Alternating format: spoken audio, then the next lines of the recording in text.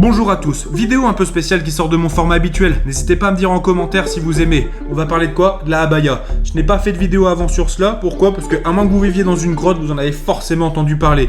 Et si ce n'est pas le cas, pour faire simple, la abaya c'est une tenue islamique qui se développe principalement dans les collèges et les lycées, et Gabriel Attal, le ministre de l'Éducation, a décidé de l'interdire, ce qui fait débat.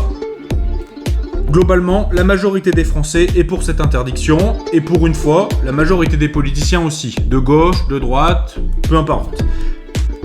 Sauf la LFI, évidemment, vous devez vous en douter, puisque un jour elle essaye de faire plaisir aux islamistes, un jour aux woke, etc., etc. On sait très bien que sur le long terme, ça ne va jamais marcher, mais ils tentent quand même. Peut-être par naïveté, peut-être par idiotie, faites votre choix.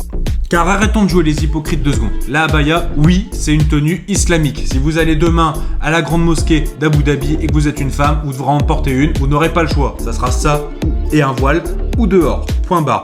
Et cette tenue, si elle essaye de s'implanter dans les établissements scolaires, c'est également pour implanter l'islamisme. Puisqu'on sait très bien que les filles qui porteront ça essaieront de convaincre leurs copines de la porter également, etc., etc. Et que les filles qui ne portent pas cela seront petit à petit ostracisées, insultées, violentées pour qu'elles finissent par craquer ou qu'elles soient vues comme des pestiférés. Bref, ce qui me fait surtout un peu rire aussi, c'est l'hypocrisie ou l'idiotie des gens de gauche, de la République en marche, etc., qui habituellement sont pour l'immigration de masse complètement incontrôlée, qui fait rentrer des centaines de milliers de gens chaque année en France, et dans lequel il y a de plus en plus d'islamistes, et après on s'étonne que cet islamisme essaye de rentrer dans les établissements scolaires. Là, typiquement, Gabriel Attal s'attaque à la fumée au lieu de s'attaquer aux flammes.